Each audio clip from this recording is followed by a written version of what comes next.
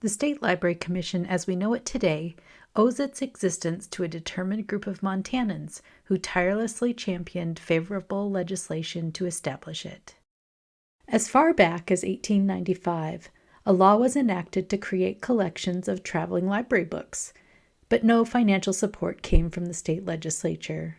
In 1906, the formation of the Montana Library Association prompted non-government groups to propose that the State Library Association should back and fund such a library. However, this was impractical due to the State Library Association's meager annual budget of roughly $35. It was only in 1929 that the legislature passed a law officially establishing the State Library Commission. Once again, as in 1895, no funds were allocated. Gertrude Buckhouse, a librarian at the University of Montana, served as secretary and chair of the commission until her untimely demise in 1931. Records of commission activities from the time of Buckhouse's passing until Kathleen Campbell's appointment in 1939 are notably sparse. The Great Depression and the lead up to World War II help contextualize the diversion of attention elsewhere.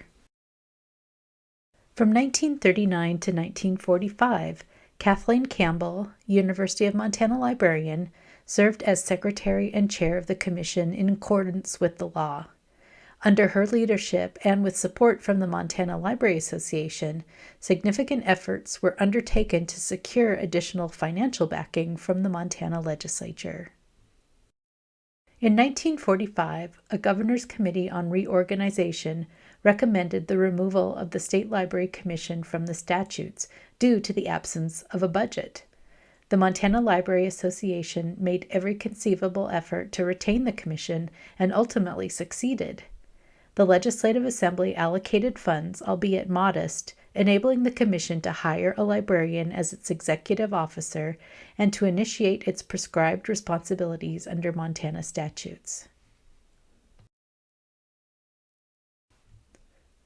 In 1945, Ellen Torgrimson assumed the role of Montana State Library Extension Commission Secretary.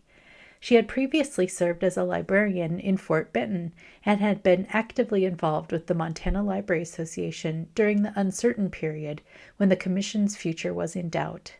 The first meeting of the new commission was held on May 7, 1946, at the Placer Hotel in Helena. The early years of the revitalized State Library Commission primarily focused on extending services and resources to ensure library access for all Montanans, especially in rural communities.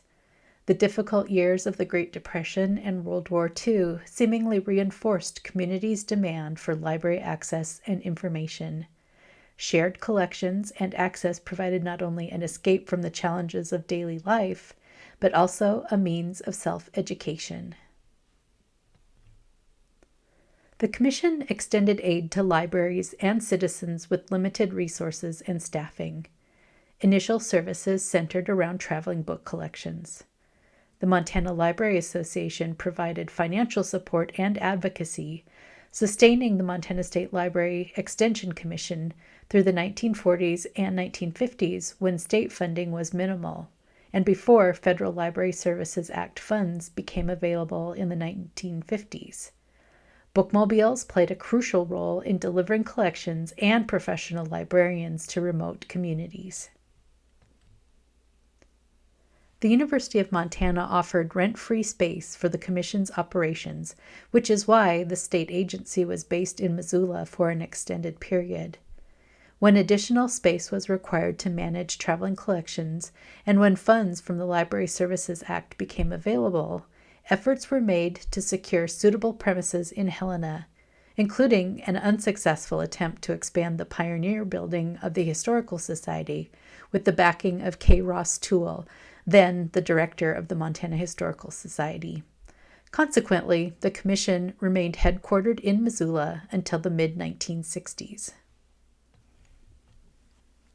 As needs and technological advancements evolved, the Commission's services adapted accordingly.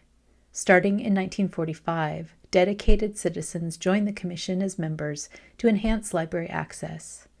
As the 1950s transitioned into the Cold War era and witnessed technological progress, the State Library Commission also transformed. The 1960s ushered in new opportunities, revisions to library laws, and then finally, a move to Helena. Our next video will highlight the 1960s through the 1980s, definitely a time influenced by cutting-edge technology like telephones, to the beginning of computerized information services.